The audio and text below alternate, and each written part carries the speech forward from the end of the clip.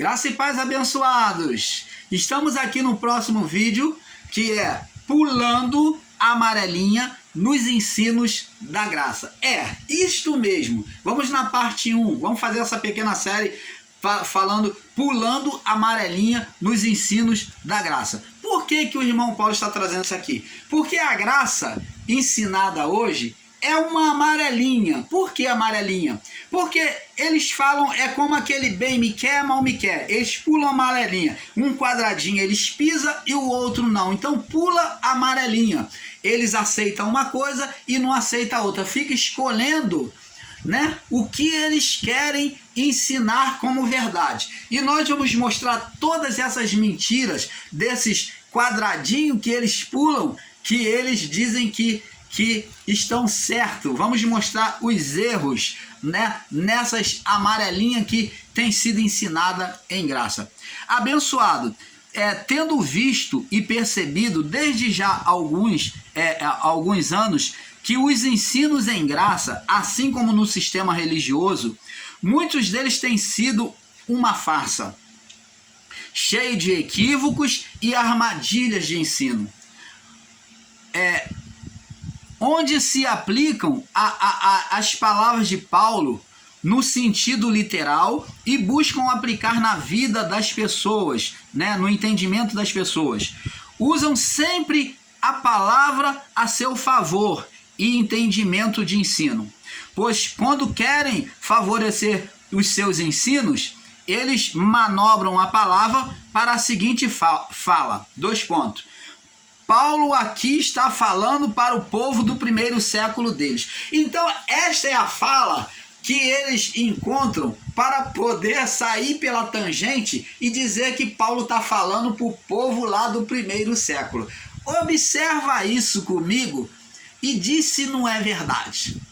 É isso que é a fala deles, que Paulo não é para nós, irmãos. Isso aqui Paulo está falando para o povo do primeiro século, do século deles.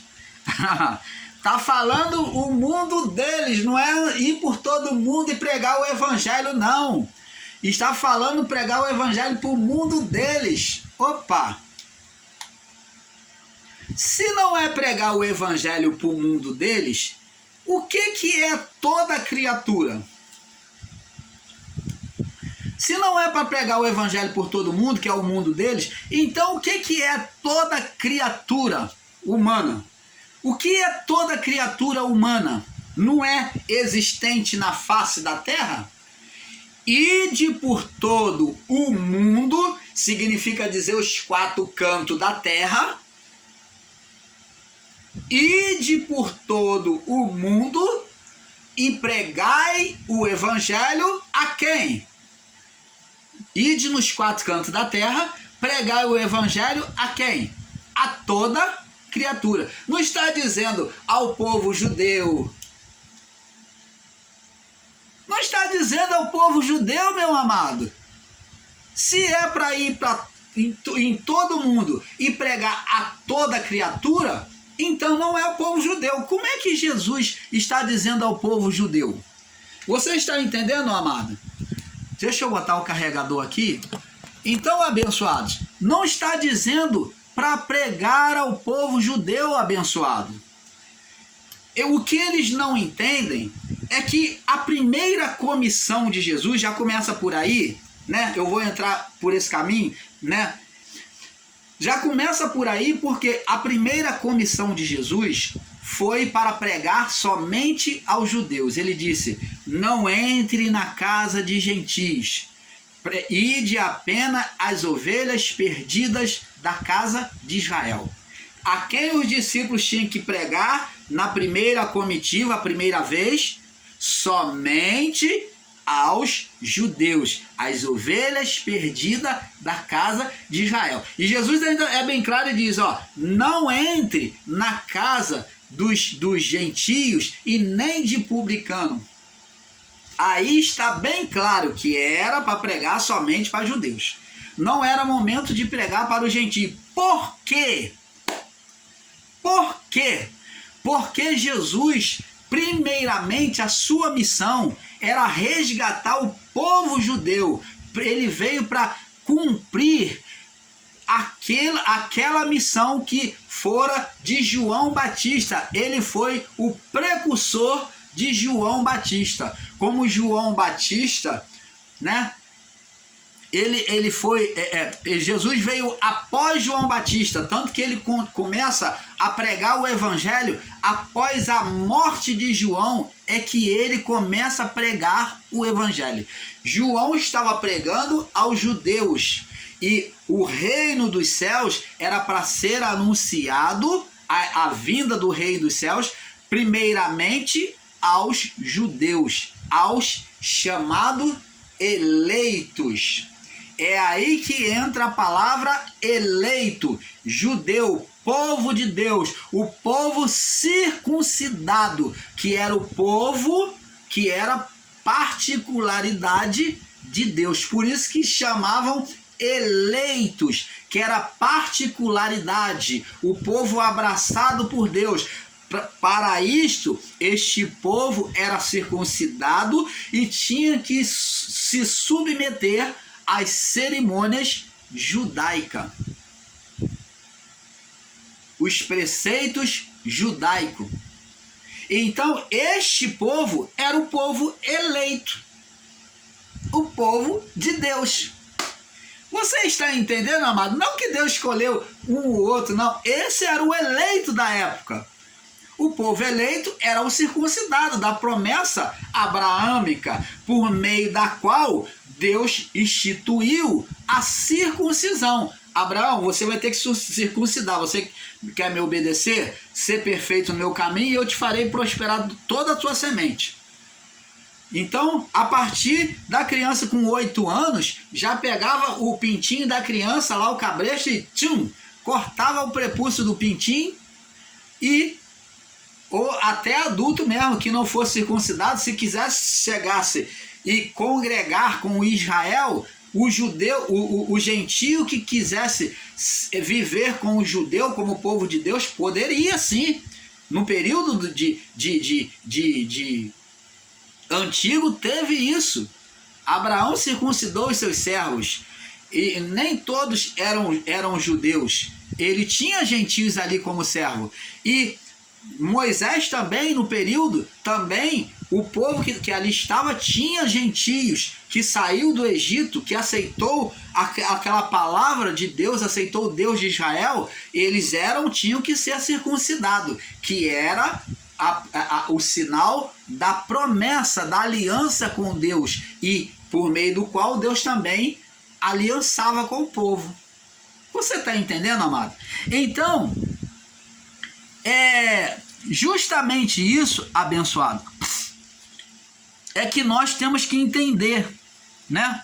Que nós temos que entender. Essa aliança existiu. Deus nunca escolheu ninguém, né? Deus nunca escolheu ninguém como eleito e não eleito. Agora, eu perdi aqui um pouco a minha fala, né, do inicial, mas voltando aqui, ele diz aqui, onde eles Paulo aqui está falando o povo do primeiro século, né? Eles dão essa desculpa que Paulo está falando ao povo do primeiro século. Quando buscam inchar os entendimentos das pessoas, eles dizem, Paulo diz a nós que nos fez assentar nos lugares celestiais e nos predestinou nele e nos elegeu nele, já levou os nossos pecados e etc. Então eles, para inchar o ego daqueles que ouvem eles, para fazer as pessoas permanecer debaixo dos seus canais, eles usam a palavra que Paulo de Efésios lá, né, de forma literal, dizendo que Paulo nos diz que Deus nos predestinou nele, que nos elegeu nele, antes da fundação do mundo, que nós não temos mais pecados, né? Nos elegeu nele, nos predestinou, que já levou os nossos pecados e etc. Tudo para fazer inchar o ego dessas pessoas que escutam eles.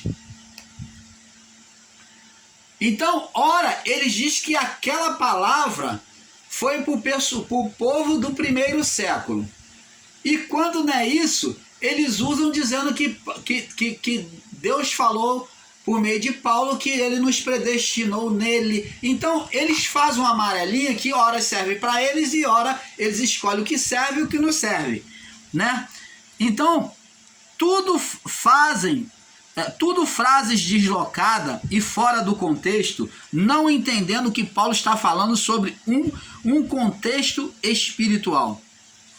Vamos ver a primeira uma das frases que eles falam, que está aqui em Efésios, capítulo 1, no verso 4 e 5. Diz assim: como também, vamos ler do verso 3 em diante, diz assim: bendito o Deus Pai de nosso Senhor Jesus Cristo, o qual nos abençoou com todas as sortes de bênção espirituais nos lugares celestiais em Cristo Jesus. Então, preste atenção. Já começa por aí. Eles, para inchar o ego das pessoas, diz que você é um abençoado em Cristo Jesus, que Deus já te abençoou nos lugares celestiais em Cristo Jesus.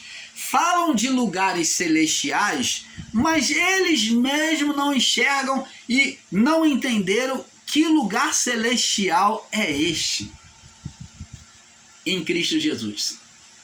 Que lugar celestial é este, meu irmão? Você que ensina que lugar celestial é esse, que ele nos abençoou, né, com todas as sortes de bênção, nos lugares celestiais em Cristo Jesus. Que lugar celestial é este? É isso que você tem que buscar entender, ao invés de estar falando abobrinha. E diz mais: como também nos elegeu nele antes da fundação do mundo. Que eleição é essa? Antes da fundação do mundo, para que fôssemos santos e irrepreensíveis diante do seu amor, diante dele em amor. Que eleição é essa? Que ele nos elegeu antes da fundação do mundo. Opa! É isso que você tem que buscar explicar. E não está falando abobrinha. Essa eleição, ela foi demonstrada por Deus lá no sacrifício do animal. Quando Adão pecou, Deus já tinha elegido nele, ele já sabia o que fazer, antes de criar o homem, de formar o homem, ele já tinha o remédio para que, se o homem pecasse, ele tinha uma solução. Ele já tinha uma solução para trazer, né, os eleitos, que é chamado de eleitos, aqueles que ouviriam a voz, aqueles que não teriam um ouvido de serpente surda, então, para trazer eles para si. Então, ele nos elegeu nele, quando ele prefigurou, ele fez um sinal escatológico, cobrindo e vestindo o homem por meio daquela pele de um animal. E olha que ele não derramou sangue sobre o homem, ele não mostrou o sangue do animal morto, mas o sangue ficou oculto até Cristo. Ele foi representado nos sacrifícios, pelo primeiro sacrifício, através de Abel, de Adão, de Eva, de Abel e assim por diante, nos sacrifícios da lei, até Cristo. Mas esse sangue, ele só foi perfeito, esse sinal escatológico, ele foi cumprido em Cristo. É essa eleição que aconteceu por meio da nossa vida. Aí diz aqui, agora Efésios 2,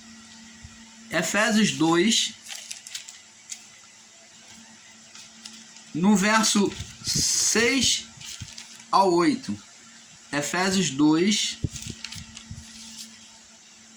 no verso 6 ao 8, diz assim: e nos ressuscitou juntamente com ele e nos fez assentar nos lugares celestiais. Olha que esse verso 6 está ligado lá no capítulo 1, no verso 3, né, que nós lemos. E diz aqui, e nos ressuscitou juntamente com ele, dizendo que agora nós somos pessoas espirituais na comunhão pelo Espírito de Deus em nosso espírito, e nos assentar é estar com Deus, manter a comunhão, né? Manter a comunhão nesse reinado espiritual de Cristo. Nos fez assentar nos lugares celestiais em Cristo, para mostrar nos séculos vindouro, ó, Cristo fez a obra na cruz, e diz aqui, ó, para mostrar depois, nos séculos, no plural, que são vários e vários séculos. Não, então o reinado de Cristo, o reino de Cristo não acabou, como eles estão ensinando aí, para mostrar nos séculos, não está aqui no século, não está aqui no século, daqui a 100 anos, não, está aqui para mostrar, para mostrar nos séculos, plural, vários séculos vindouros, as abundantes riquezas da sua graça. Então, essa ação de Cristo iria ser permanente durante a criação, nos séculos, né? Então, esse reinado de Cristo seria para sempre na criação. Nos séculos vindouro, as abundantes riquezas da sua graça, pela sua benignidade para conosco em Cristo Jesus. Então, seria lembrado para sempre. E existe irmãos aí em graça ensinando que o reinado de Cristo passou, que a graça foi só para o povo do primeiro século. Oh, abençoados! Você está vendo aí? O erro já começa por aqui. O lugar onde tenho encontrado mais falácias são nos ensinos em graça, pois tem pregado uma graça pervertida e totalmente contraditória. Por exemplo, eles ensinam que já houve juízo, mas ainda ensina a existência do ímpio. A palavra dizia lá, já tinha sido profetizada, que o ímpio não mais existiria. E eles estão ensinando em graça, falando de ímpio, filho da eleição e filho da perdição. Se a palavra eleição e perdição está ligada ao inferno, a palavra perdição está ligada ao inferno, a juízo, e ímpio também está ligado a juízo, porque a palavra de Deus diz que o ímpio foi preparado, que o juízo foi preparado para o ímpio. O juízo foi preparado para o ímpio, para o filho da perdição. Então, como é que eles podem estar ensinando ímpio hoje? Ora, se está ensinando em graça, de fato, de verdade, como é que você ensina ímpio e filho da perdição? E não eleito? Como é que pode? Olha a contradição que vocês fazem aí, vocês ensinadores em graça, que fazem aí na cabeça das pessoas. Então o juízo não aconteceu. Se você está falando sobre ímpio, sobre filho da perdição, sobre não eleito, então o juízo que vocês dizem que aconteceu no ano 70, então não aconteceu. Aconteceu ou não aconteceu? Vocês continuam pregando a existência do ímpio, do filho da perdição, do não eleito. Verdade ou não verdade? É isso que eles têm que explicar. Não sabem nem têm entendimento para explicar além disso e caem em contradição. Outra, ensinam a nós todos, né, que não carregamos mais pecados, mais condenação, mas as malignidades humanas continuam a mesma. E daí vem a pergunta: somos melhores do que as pessoas das outras gerações, dos outros séculos? Não estaria Deus fazendo acepção de pessoas, de povos, condenando uns e abrigando os outros? Como é que pode? Se não tem mais pecado, então por que nós que vivemos na mesma condição aí carnal, o homem carnal pratica as mesmas malignidades, e isso não é pecado? Não é condenável?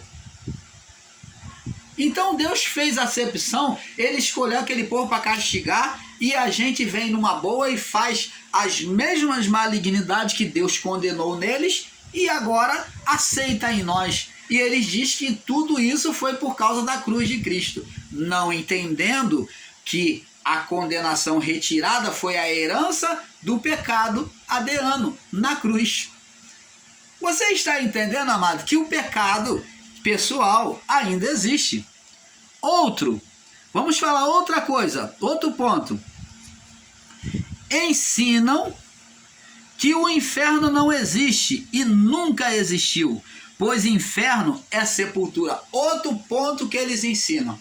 Não, irmão, porque inferno é sepultura. Você está correto na tradução. Você está correto na tradução literal. Você vai lá no dicionário literal e encontra lá: inferno, significado, sepultura, local dos mortos. Você está certo nesse ponto, mas você está sendo literal, não olhando com a visão espiritual de que o homem é dotado de duas naturezas, meu amado. O homem, quando morre, o corpo vai, mas e a alma? O corpo vai para a sepultura, e a alma dele?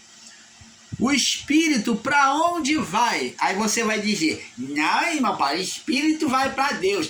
Diz a palavra que o corpo volta ao pó, e que ao pó, e o espírito volta a Deus que o deu. Eles pegam o espírito de forma literal, não reconhecendo a duplicidade de natureza desse espírito, que é alma e espírito, divindade humana no homem, e coloca que o espírito vai para Deus. Ah, vai mesmo? Aquele que foi carnal, que assassinou, que foi maligno, maledizente, pernicioso, ele volta, essa alma impura, volta para Deus. Eles estão pregando o homem com dicotomia, que o homem só tem corpo e alma. O homem não tem espírito para esse tipo de pessoa que ensina isso. O homem não tem espírito.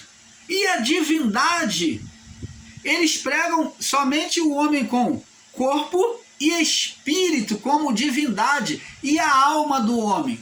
Aí a alma que eles ensinavam antes, que o homem era apenas alma vivente, outro ponto, que eles falam que o homem não tinha espírito, eles dizem que o homem não tinha espírito, que o homem era apenas corpo e alma, que eles vê lá alma vivente.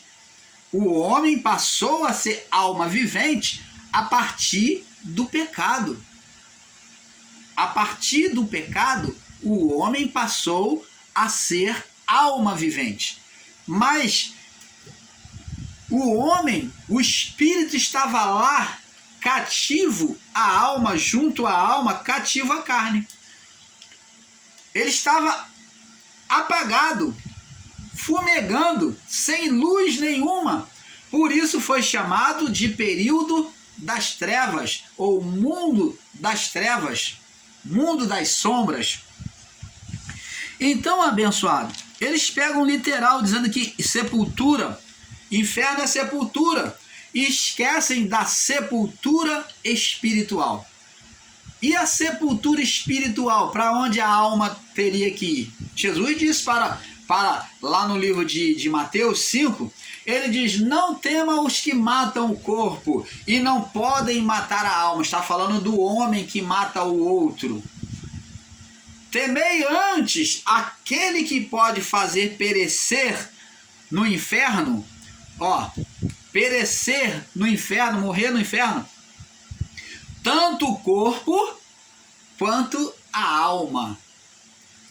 Ele agora traz a palavra inferno, porque inferno é espiritual. Ele fala: temei antes que aquele que pode fazer perecer no inferno tanto o corpo quanto a alma. Opa! Por quê? Porque na morte do corpo, aquele cidadão receberia um novo corpo, o corpo dele seria transformado né, transformado no novo corpo que estaria diante de Deus pela alma em juízo diante de Deus. A palavra diz que todos iriam comparecer diante dele em juízo. E isso também está registrado em Apocalipse. Vi lá todas as almas dos mortos na terra, nas águas, e o mar devolveu todos os seus mortos e compareceu diante do trono branco. Agora esses mortos recebem pelo corpo semeado, o corpo é transformado num novo corpo. Recebe um novo corpo.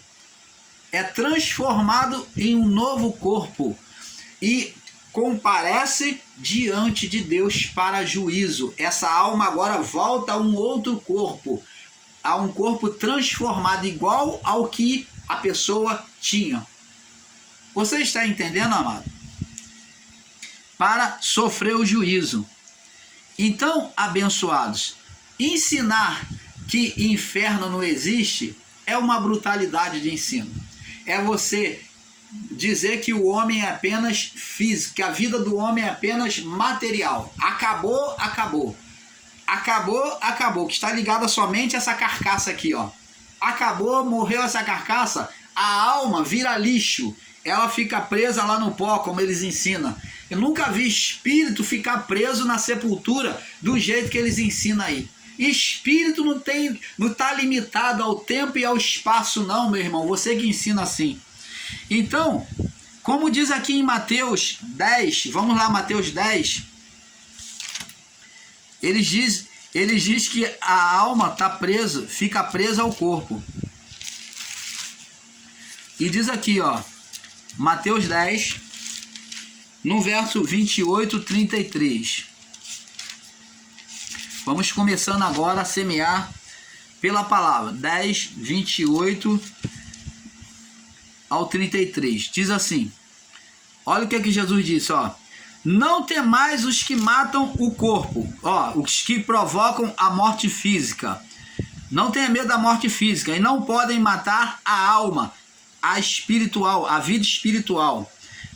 Temei antes aquele que pode fazer perecer, perecer, morrer no inferno a alma. Inferno aqui é espiritual, é fogo eterno, tá?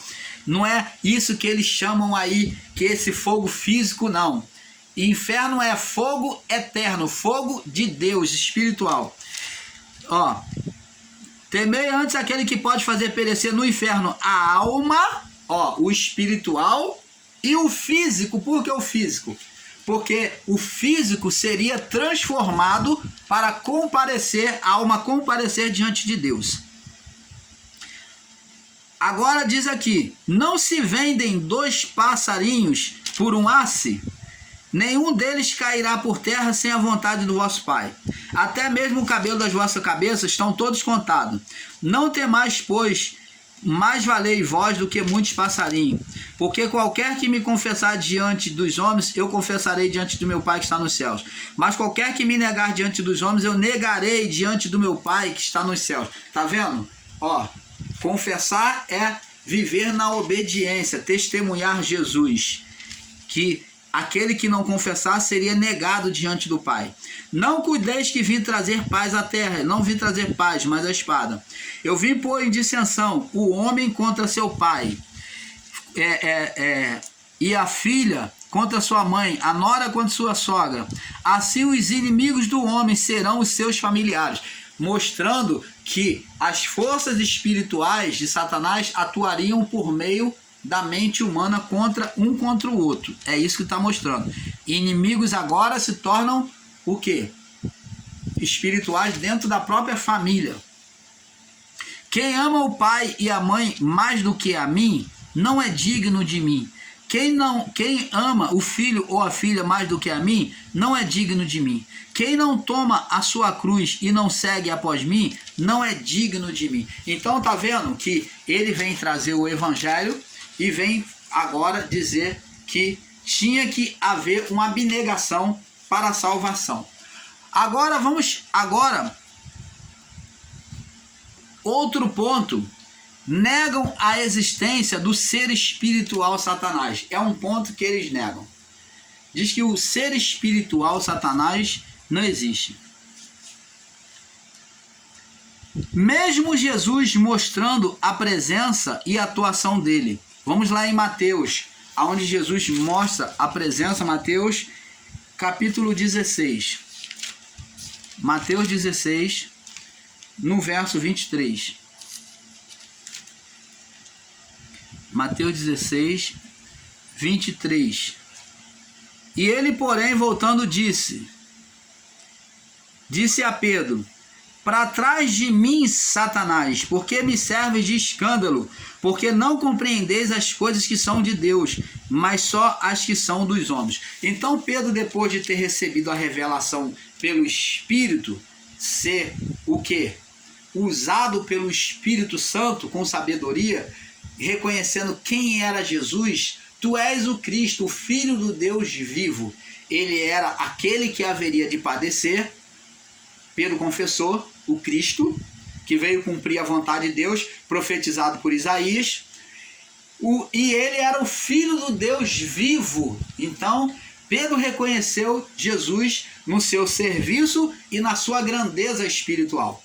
Agora, Pedro aqui vem negar Jesus, vem negar. Em Mateus 16, 23, ele vem negar Jesus. Ele vem falar: de modo algum eu vou permitir que o Senhor morra a morte de cruz. Então Jesus disse: para trás de mim, Satanás. Então, esse Satanás, ele entrou agora dominando a mente de Pedro, que tinha enxergado Jesus como aquele que estava ali para cumprir o propósito de Deus. E agora Pedro falou algo contrário. Ele foi usado por uma força espiritual. Agora a revelação dele, a atuação não era mais o Espírito Santo, mas a atuação na mente dele, no coração dele, era quem? O Satanás. Assim como a atuação outrora foi de Deus, agora Pedro estava dando lugar a quem? O Satanás. Então vê atuação na mente, um ser espiritual. Deus foi lá, usou, e então o Satanás, no momento oportuno, faz ele confessar agora outra coisa. Em Jó capítulo 1, no capítulo 1, verso 6 e 7, demonstra que, vindo os filhos de Deus se apresentar diante de Deus, veio também Satanás entre eles. Satanás, aqui, os irmãos aí, ensinadores em graça, diz que era um homem. Mas um homem que faz descer fogo dos céus, que levanta várias nações inimigos de lugares distantes para vir combater contra Jó e contra seus filhos, um inimigo